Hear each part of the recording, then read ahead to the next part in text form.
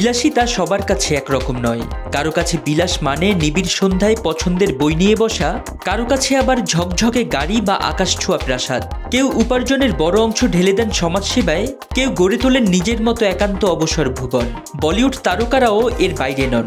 তবে সালমান খানের বিলাস ভাবনা অনেকটাই আলাদা, নীরব আর ব্যক্তিগত আবেগে ভরা। মুম্বাইয়ের বান্দ্রার গ্যালাক্সি অ্যাপার্টমেন্ট, এই পুরনো ঠিকানাটাই আজও সালমান খানের ঘর। আনুমানিক 15 থেকে 20 কোটি টাকার এই বাড়ি বদলানোর কোনো আগ্রহই তার নেই। এখানেই প্রতিদিন ভক্তদের ভিড় এক ঝলক ভাইজানকে দেখার জন্য। আকাশচুম্বী অট্টালিকা নয়, এই সাধারণ বাড়িতেই স্বচ্ছন্দ সালমান। তবে গ্যালাক্সি তার সবচেয়ে দামি ঠিকানা নয়। মুম্বাইয়ের কোলাহল পেছনে ফেলে প্যানভেলে রয়েছে তার স্বপ্নের ফার্ম হাউস। বিস্তীর্ণ সবুজ জমি, খোলা আকাশ, পোষ্যদের জন্য আলাদা জায়গা আর নিজের আঁকার স্টুডিও।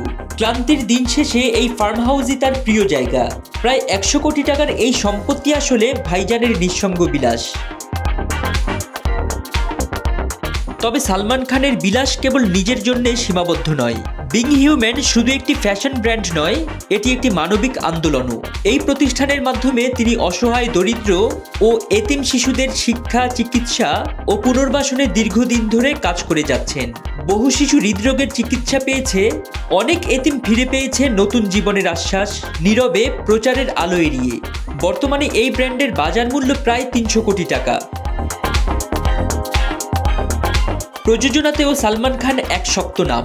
সালমান খান ফিল্মস থেকে এসেছে বাজরাঙ্গি ভাইজানের মতো হৃদয় ছোঁয়া ছবি, আর বাণিজ্যিক সাফল্যের সিনেমাও। এর মূল্য ধরা হয় 500 কোটির বেশি। তার নীরব এক শখ হাতঘড়ি। আলোচনার বাইরে থাকা এই সংগ্রহের মূল্য প্রায় 15 থেকে 20 কোটি টাকা, যার মধ্যে কয়েকটি শুধু তার জন্যই তৈরি।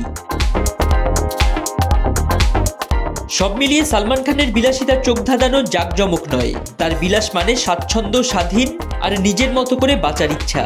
ভাইজান বোঝেন, আসল বিলাস কখনোই প্রদর্শনে নয়, বরং পছন্দের গভীরতায়।